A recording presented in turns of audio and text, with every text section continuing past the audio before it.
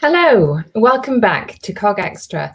My name is Eleanor O'Keefe. I'm the editorial director of CogX, and it is my enormous pleasure to be introducing this next session. It is entitled Leadership, Creativity, and the Logitech Story, and we're really delighted to be welcoming the CEO of Logitech, Bracken Darrell, and the extraordinary young, very hot designer, Archibong. They're going to be in conversation with FT columnist Joy Ladico, and I please, if you are here, which I wish we were, please give them a very warm welcome. Over to you, Joy.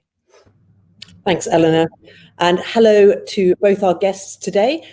First up is Bracken Darrell, who is the CEO and President of Logitech, and also joining us is Archibong, who's an internationally renowned designer and a creative consultant now for Logitech.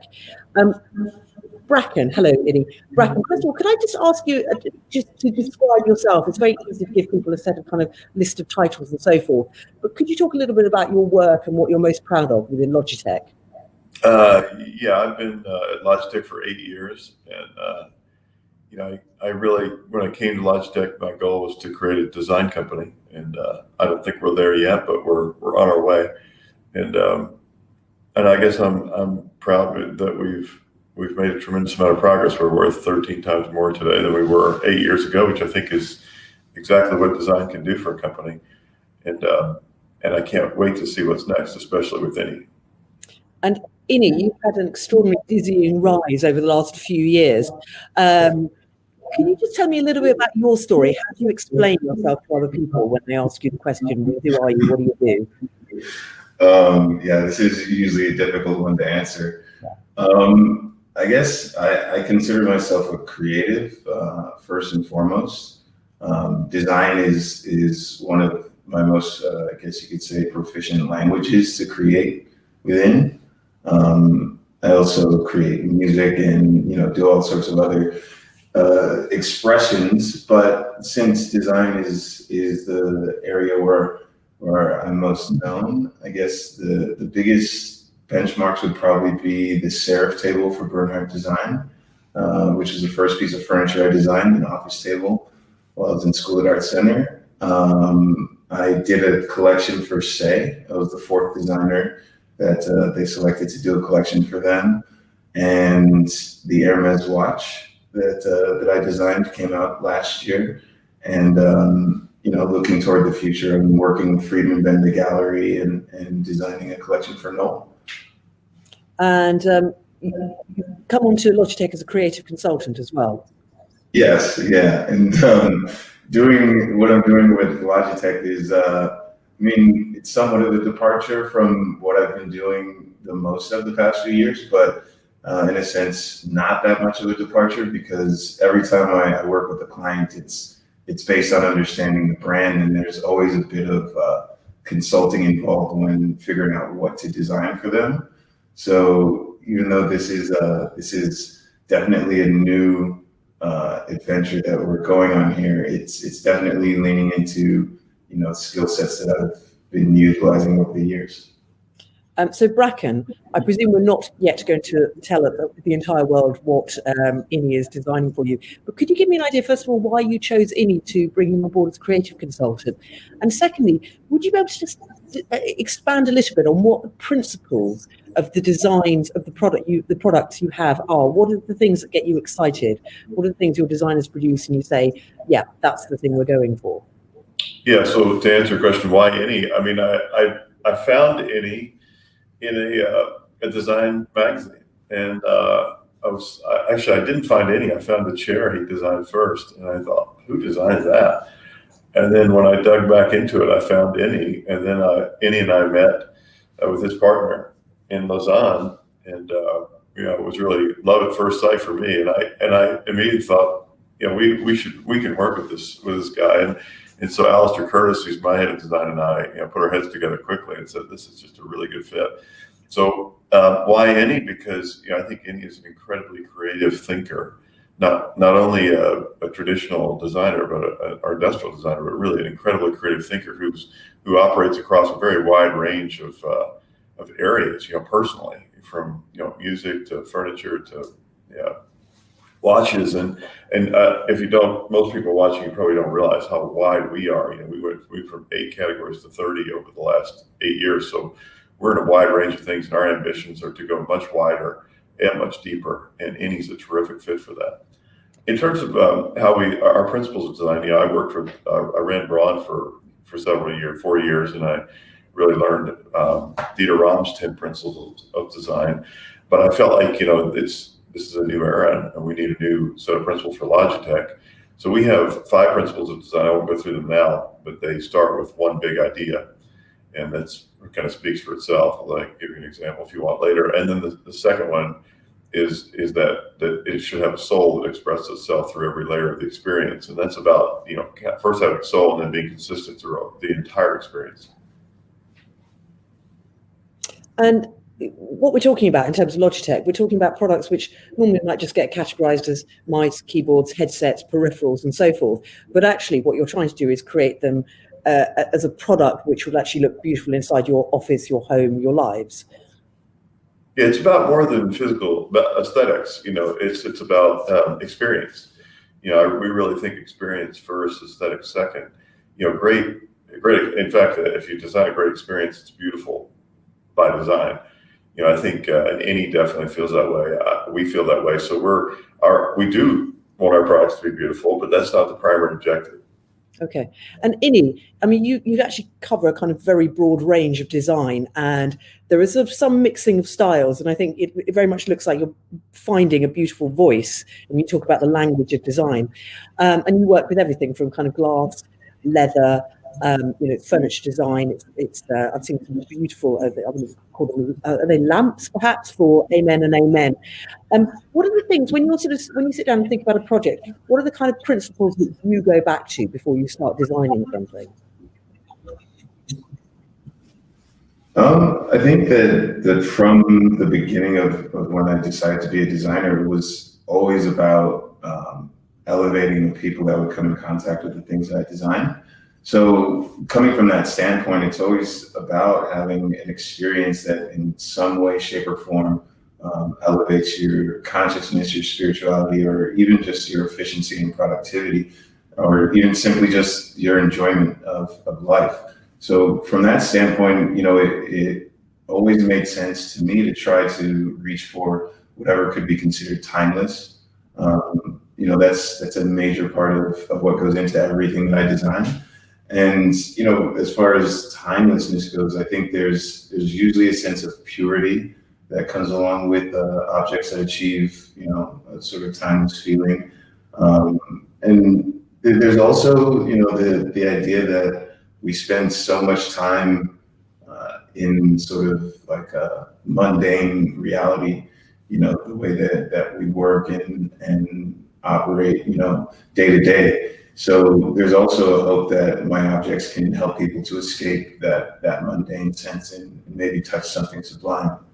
And I think also one of the things that I think is important to point out too with Logitech is that I think one of the beautiful things about Logitech and why I think Bracken and I got along so well from the beginning is that we very much agree that there are other forms of efficiency and productivity that people might not be paying so much close attention to.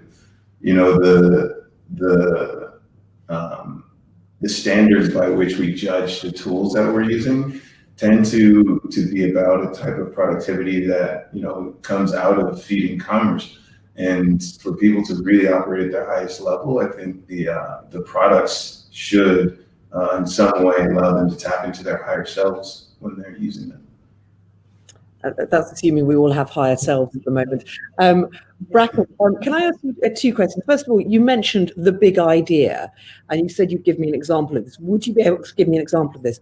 The second question is that, as well as obviously leading a design department, or having a design department with whom you discuss products regularly and talk about it, there is also something within an institution or an organization or a business that sparks the creativity. How is it that you actually get people within Logitech to not just be sitting there drawing beautiful things on bits of paper, but actually feeling that kind of creative spirit that tunes in with the company. So the big idea, and how do you foster the creative spirit? Yeah, I'll use a product as an example for your first question, which is, what's the big idea? When we were designing a product that's actually launching now, it's in pre-order. It's called UE Fits, and I don't know whether it's going to be successful or not. Like most of our products, when we really push the envelope on something, we don't know, and that's okay. But this one has a very interesting origin, which is, as we talk to more and more people who are wearing earphones, especially those wearing a lot of time, we found people felt they were uncomfortable, or that they wouldn't stay in, especially as we went wireless, that they wouldn't stay in. So we really wanted to have an earphone that was completely yours, 100% yours. You have a tendency to look at an earphone and say it's a white piece of plastic, or it's something we all use every day. It's very functional, but not one that is completely mine, almost an extension of me. And so we started with 8 years ago, actually, on this project, trying to figure out, can we create a customized earphone that you could have quickly? And when we started 8 years ago, our first example was actually took 6 weeks. Today, as of in about a month, you'll be able to order one where you can download an app, open the box, take them out, put them in your ears, push the button, and in 60 seconds, they'll be customized to each ear, which is unique, and every single ear in the world is unique. So that big idea of making an earphone that's really an extension of you is an example. In terms of tapping creative potential in an organization, I wouldn't pretend to be an expert at this. I think it's a trial and error process that Logitech's been on for 39 years, and we're going to keep on it. But I do think we're a super fun place to work, because you do feel like you kind of have freedom to run. I always say, I've got 25 direct reports. And if you have 25 reports, you're not managing them. They're just running. Or I'm not running the company. The company's running, and I'm part of it. So what we try to do is really give people the freedom to do what they logically think they should be doing. And that often means that they can do something creative and fun. And so we're trying to be more and more like that. Our engagement survey would say we are, but I think we still have a long way to go to really be as creative as we could be. It's interesting that you actually detach yourself from the idea that you're leading the organization. The organization is there, and you're one of the great cogs in the wheel. The way you work is actually somewhat different, in that you have a design process, and then you have to talk to collaborators, fabricators, in order to get it done. How do you make sure that whatever you have that has moved through you creatively is then relayed onto everybody you've got to work with? And I'm presuming in the current climate, a lot of that is remote. Yeah, I think when it comes to process, everything that I design, it always ends up creating a new process. So the one thing that I try to maintain is the type of flexibility that allows me to adapt kind of on the spot whenever anything comes up during the design process. And in order to do that, it's really about figuring out a way to stay intuitive throughout my entire workflow. And working with collaborators, it's important for me to make sure that I put them in a position where they can also operate from a place of intuition, rather than trying to be overly descriptive about what I want. It's really more so about learning about what their specialty or expertise is, and figuring out how I can adapt my vision, sometimes literally on the spot when I'm working with a craftsman, so that I can fulfill the need of the object, but also work within their constraints to create the best thing. And you seem to be able to do that incredibly well, because a lot of your objects have beautiful flow in them, and almost they feel sort of almost like they've got gravity defying designs in terms of their delicacy. You must come up against a number of technical challenges all the time when you're talking to collaborators. I don't know whether you could talk about one in particular, and how you manage to keep the creativity going through essentially the physical limits of what can be done. Yeah. One example that is really clear in my mind is I did a series of lamps called the Formentera collection. And, the inspiration came to me while I was on the beach in Formentera during the sunset. You know, if anybody that's seen the Balearic sunset knows what I'm talking about, the way the colors are vivid and the very specific kind of feeling you get with the sun setting on the water there.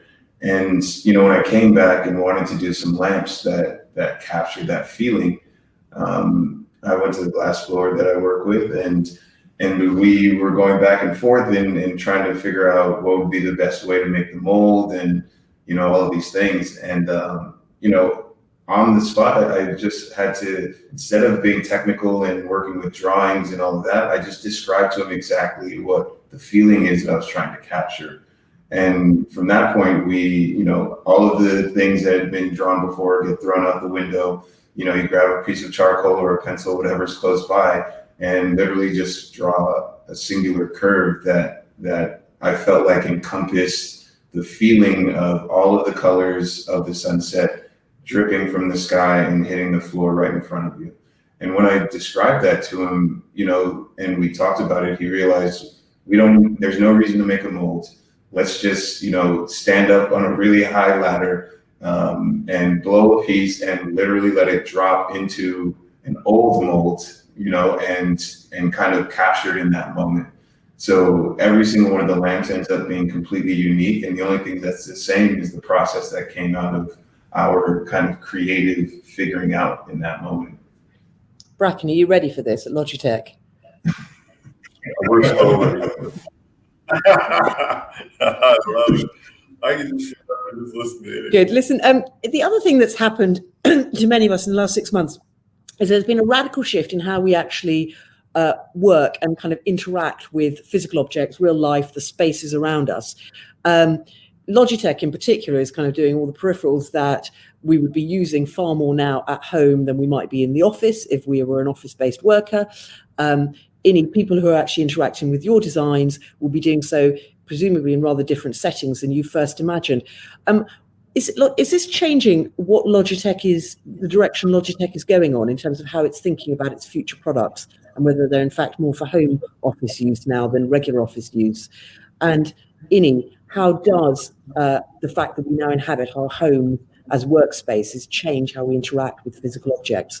Can I go to you first, Bracken, on the Logitech take on the move to home working? Yeah, we've been on the home working part of the aspect of life now is not new to us. I mean, we're really driving our business behind 4 or 5 large secular trends. One of them is, you know, people are increasingly working from anywhere, and that included a big component of home. Now, of course, home is the only place most people are working, but that will go back to something closer to the old way soon. So we've been on this for a while, and I think that was kind of part of what we thought. One of the realities of the way I think about Logitech is when we're at our very, very best, you know, what we're designed for is to make whatever the content you're working with, the person you're talking with through our video equipment, what we do should disappear and your experience should take over, so that you can really, as Innie said, so you can really get to the highest level of experience in whatever you're passionate about, or whoever you're talking with, or whatever you're creating at the moment. And so that's as true in the office as it is at home. In some ways, that's easier to do at home. So no, I don't think it's a big change for us. It's actually we've been evolving there for 8 years. Okay, and you've also been involved in telehealth and remote educational projects as well, which I presume have also come to the fore in the past few months. Yeah, it's really satisfying or gratifying to be part of the solution. You know, where in a finger snap weekend, you know, people went from the old way to the new way, and the new way was, you know, working at home and doing video like we are now almost all the time, and then students working from their dining room tables or kitchen tables with their parents sitting next to them and a teacher somewhere else. And, you know, it was really exciting because we became relevant again. You know, I think in some ways we drifted out of relevancy in many of our categories, at least out of the mainstream discussion, and we kind of got back. And it's really an honor and a privilege to be part of it. And we take it very seriously. So we're doubling down on education and health. Okay, and Innie, we've got this sort of heightened sense of our personal space at the moment because of this change. How does that affect you and how you think about what you're creating for people's lives? I mean, to be honest, that part hasn't changed that much. I think most of the things that I'm creating that enter into people's spaces, I don't think that they were generally thinking about them in relation to how they work before. So I think that is what's changed more than anything, is that I think people are probably now finally asking themselves, why does my space look and feel the way that it does? When people were spending so much time in the office and the home was more or less a place to, gather with family, eat, sleep, and then go back to work, I think it made it easier for people to not pay so much attention to how the objects in their spaces were affecting their ability to be creative, for example. I think now that people are working from home, they're hopefully realizing that homework, working from home, opens up the opportunity to apply creativity to whatever your task is. Creativity isn't just regulated to those of us that are designers. You can think creatively about anything that you're doing. So how is your space inspiring to you, and how do the objects in your space stay out of your way or catalyze, your creativity when you're working from home? And, those are questions that I think are very interesting, and one of the reasons that it's really exciting to be working with tech. Okay. I wanted to sort of move the discussion on from the actual discussion of design itself to a broader discussion of sort of values as to how various, how both of you conduct yourselves in the world, how you create what you create based on a set of values underneath it. I want to start on this on a slight tangent. Both of you have a Californian and a Swiss connection. Which I sort of, when I was checking your CVs, I said, well, that's very odd, partly because there's such different cultures, and you clearly you've spanned both. I just want to talk a little bit about how you think that may have affected your thinking about your organisations, what you've imbibed culturally that may have changed those. Bracken, can I start with you? So Logitech has got a base in Switzerland, but obviously is big in California. Yeah, I mean, we were created simultaneously in California and in Switzerland by a French-Swiss man named Bracken Darrell and two Italians. So we've always had this connection between California and Switzerland. I think, I think you can feel the combined cultures inside the company. Once you've been there a little while, you feel the entrepreneurism, the positive. Anybody can do something. Anybody can create something. Good can happen every day. That I think comes out of the California surf, and yet we have this incredible reliability and performance and focused on premium creation, even if we're not always a premium product. You can feel that it's in the light, it's in the blood of the company, and so I think those two really come together very nicely for us. We've also got an Asian component that makes us very fast. I mean, we're shockingly fast to most people who come in from the outside, and I think that's being driven by China speed. So, and we've been in all three places for a very long time. We're a 39-year-old company. Okay, and Innie, did you grew up in California and then you went to study in Lausanne? Is that correct? Yeah, by way of Singapore first. Okay, but, highly international. And what did you feel when you got to Lausanne? What did you carried with you? What were the culture clashes? What was the stuff you learned when you got there? I mean, there were very different cultural norms, but I think that because of my time in Singapore and also just my approach to life in general, whenever I'm in a new city, especially moving there, my goal is to be as empathetic as possible and try to see things from the perspective of the people that live there. So, the adjusting wasn't that difficult.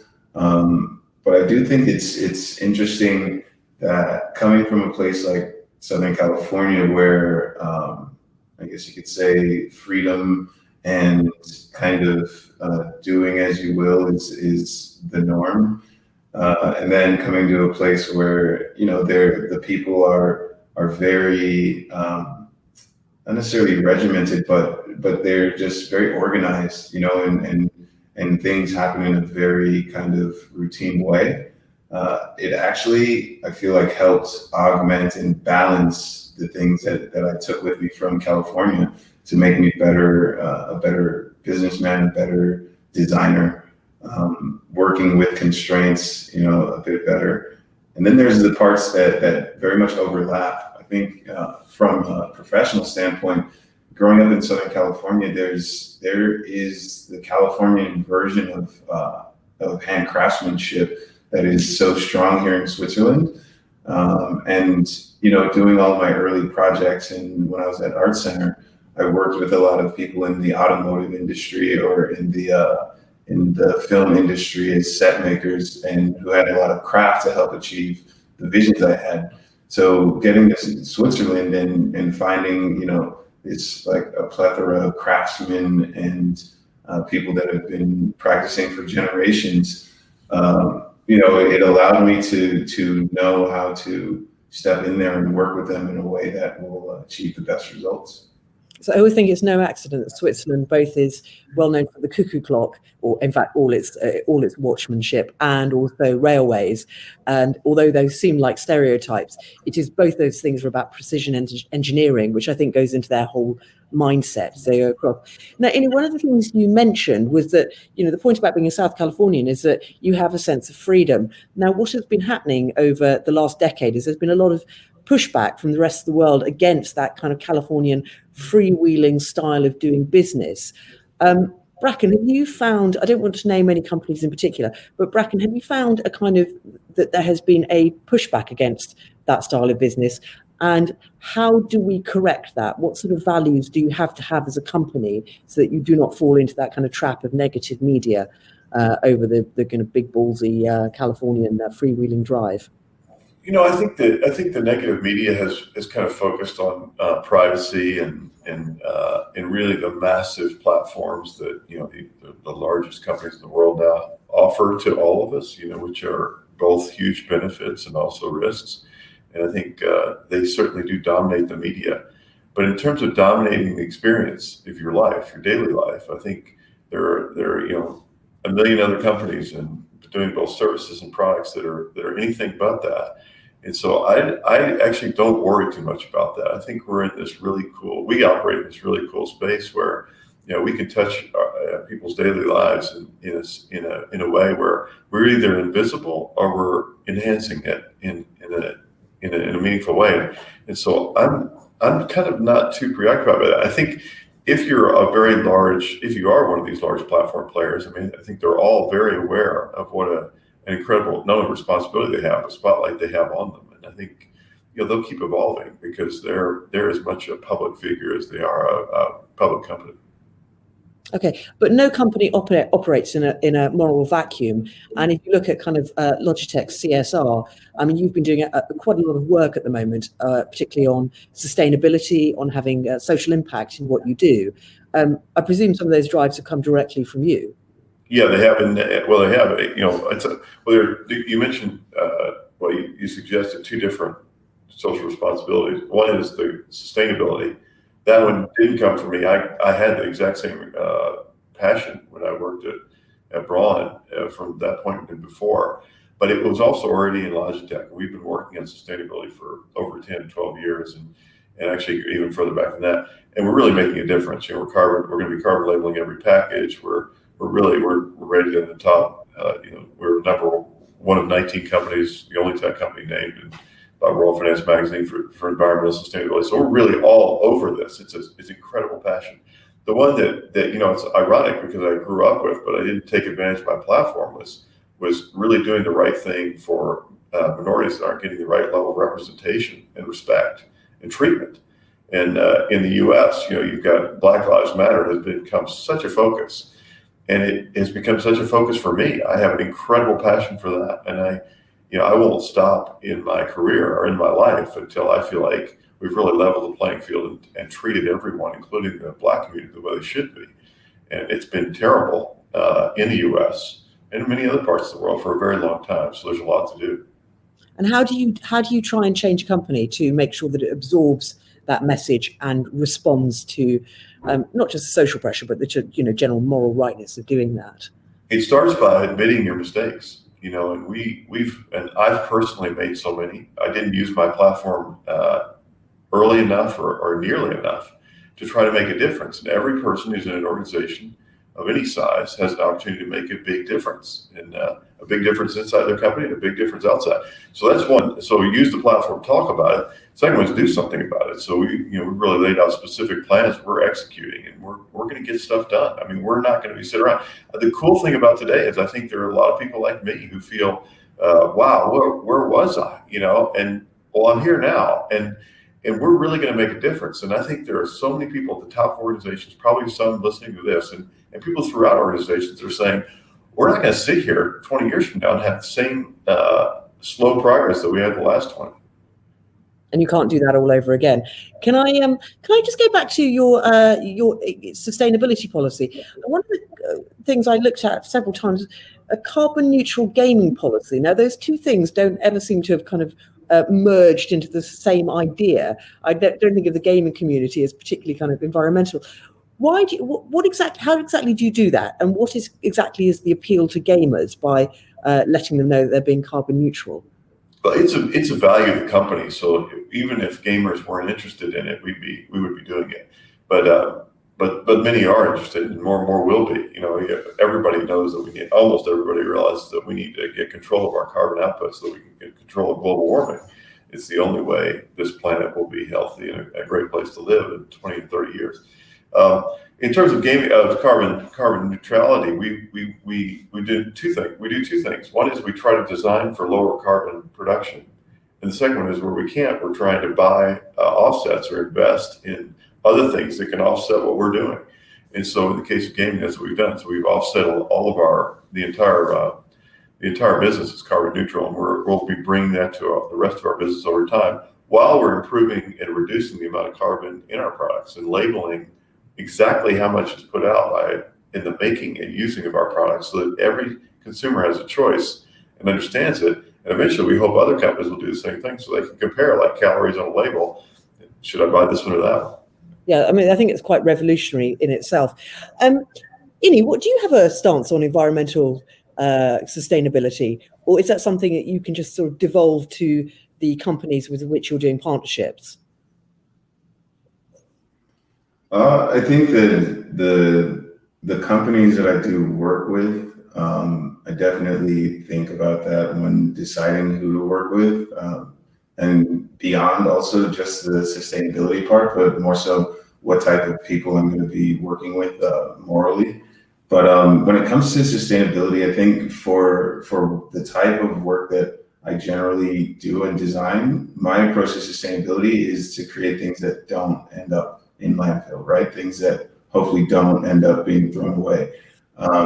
And operating in the luxury space, that's kind of one of the tenets of the type of luxury companies that I want to work with.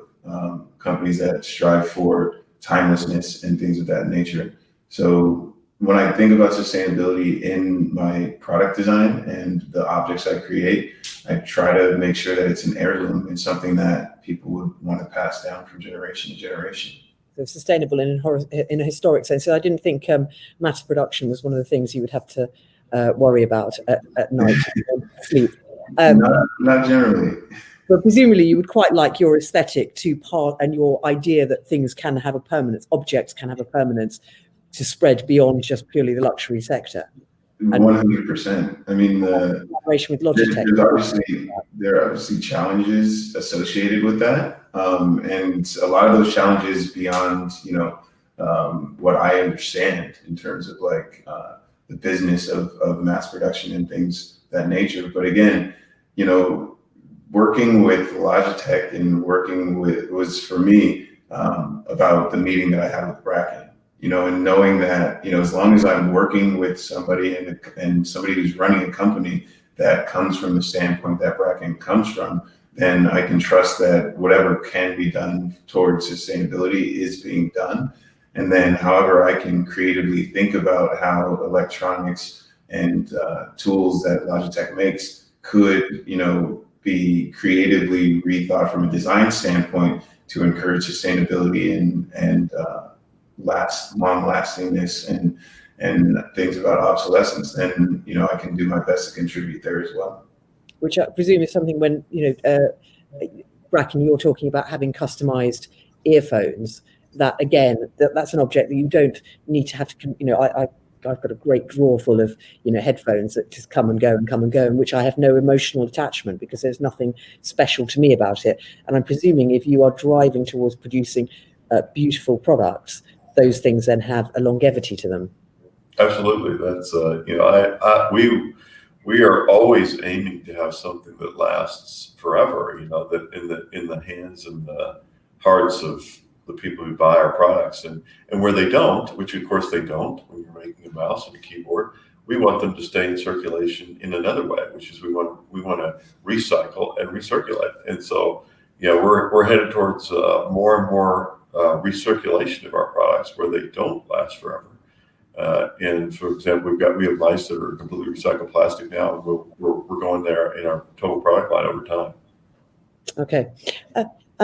Inni, you've taken on a big commission, haven't you? You're going to be doing the Biennale's Pavilion of the Diaspora. Could you tell me about how that commission came about? And that's a very big public commission. You know, did you find it challenging taking on something that was an interface with the public like this? Yes, I do find it challenging. You said about all modest. Well, it actually came about in a pretty interesting way. Could you tell us a little bit about the project, first of all? Yes. So the Pavilion, I mean, essentially the London Design Biennale is, you know, every 2 years, and each country that participates selects a designer or architect to create a pavilion that is somehow representative of the country, its values, or a message that's trying to be you know, pushed out there. So when I was approached to do a pavilion, you know, it didn't quite make sense to me to represent, you know, the U.S. where I was born and grew up, considering I hadn't lived there in, you know, about 8 years, and you know, I didn't see myself necessarily representing the U.S. In its current state, and I felt like somebody else would be better equipped to do that. So I started to think about, you know, what in my life as kind of a global citizen, what, you know, flag do I wave? What do I represent, and who are my, you know, my I guess you could say kinfolk that I find around the world. And you know, it became very clear pretty quickly that in all of my travels and all the places that I've lived, it's when I see other faces that look like mine, or other people that, you know, are coming from the African continent, you know, at whatever time, there's a feeling of a bond and safety and togetherness. So that essentially is what spawned the Pavilion of the Diaspora. You know, it's really about creating a venue and a platform for the people of the diaspora, and to start the dialogue about how we can have the sort of togetherness that you see with others, you know, when they have you know, a common goal with their countrymen. And the design itself is a kind of a larger than life conch shell. Not exactly, but it was. So the original inspiration did come from a conch shell. You know, the way that I work is to get the conceptual framework. I try to find metaphors, or, you know, find something fantasy oriented. So the conch shell really came from this idea that no matter what shores we landed on, you know, there's this magic shell, and loosely based on a conch shell, but a mythological shell that, when raised and blown through, can send a trumpet call that can be heard by the people of the diaspora around the world. And you know, it started with the conch shell because, you know, historically and mythologically, it's considered Triton's horn, and it has that quality. But, you know, in our research, we started to really look at shells in general, and and the geometry of shells that allow it to have this trumpet blast, but also other shells that have connection to the continent. So, now it's a bit of a blend between, cowrie shell and the conch shell.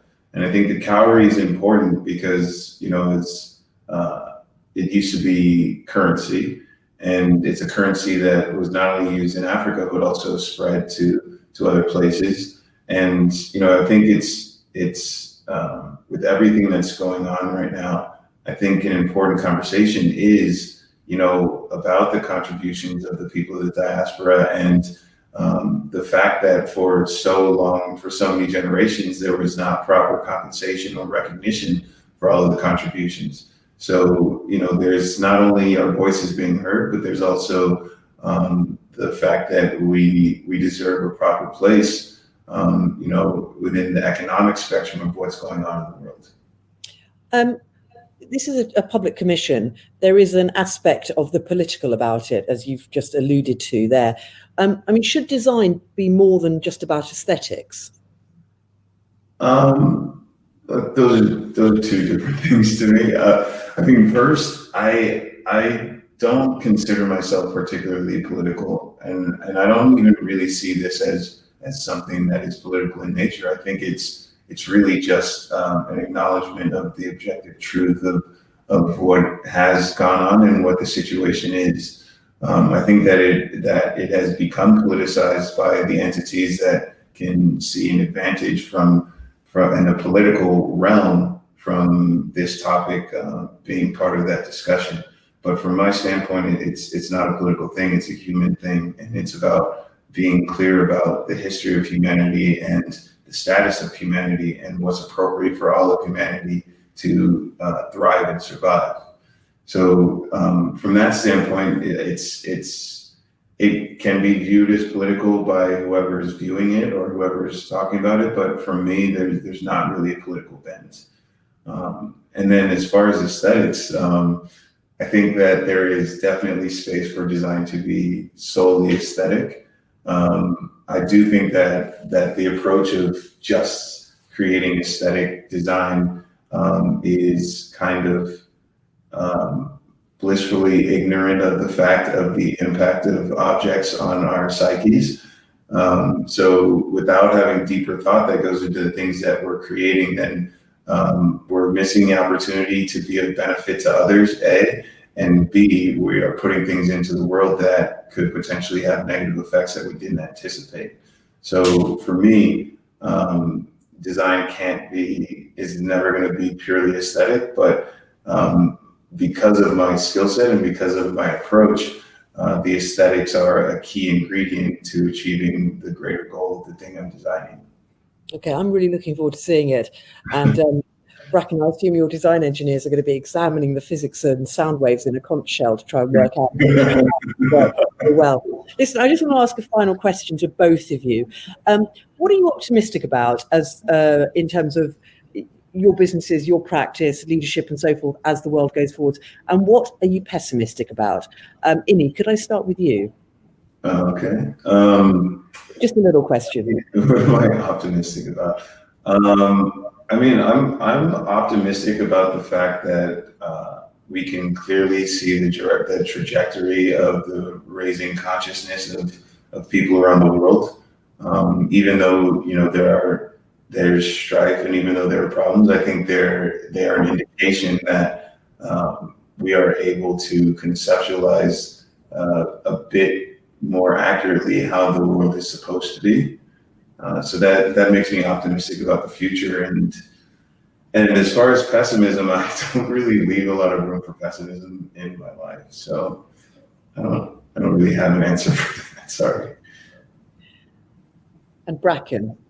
I was going to say the same thing about pessimism. I think one of the things that brings Annie and me together is that we're both practical optimists and maybe even dreamers. I think on the optimistic side, I've never been so optimistic. We're sitting in the middle of this pandemic with a second wave somewhere there in the near distance, we think, and yet I see the most creative period in human history right now, and I think it's happening right before our eyes, virtually and physically.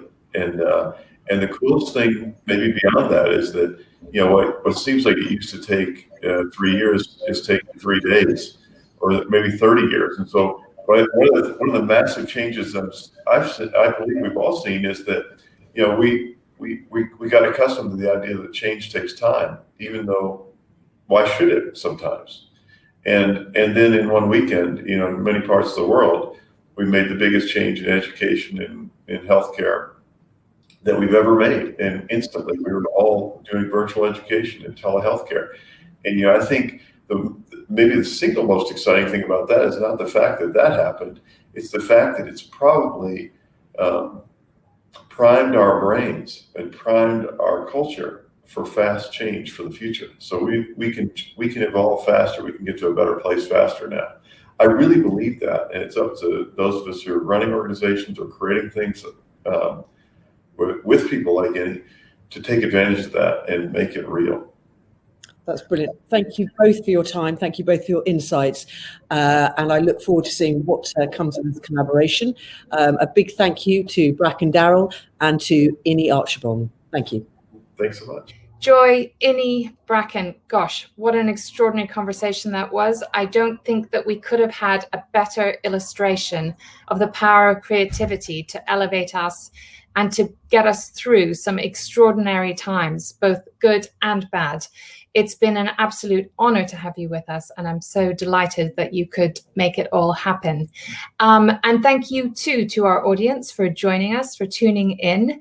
If you are watching live, please do join us for the Creative Industries Trade and Investment Board Roundtable, which is happening right now in the Global Leadership Network. So if you are a member, do sign up and join in now, because there will be some fascinating discussions about Createch under lockdown.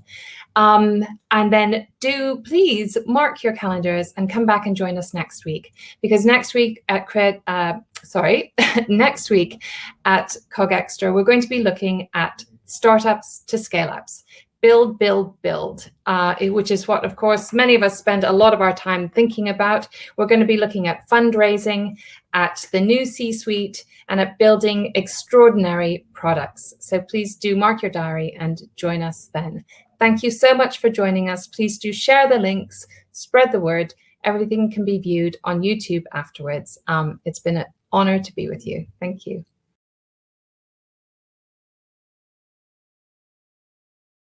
Want access to more CogX videos? Subscribe now for free at cogx.co.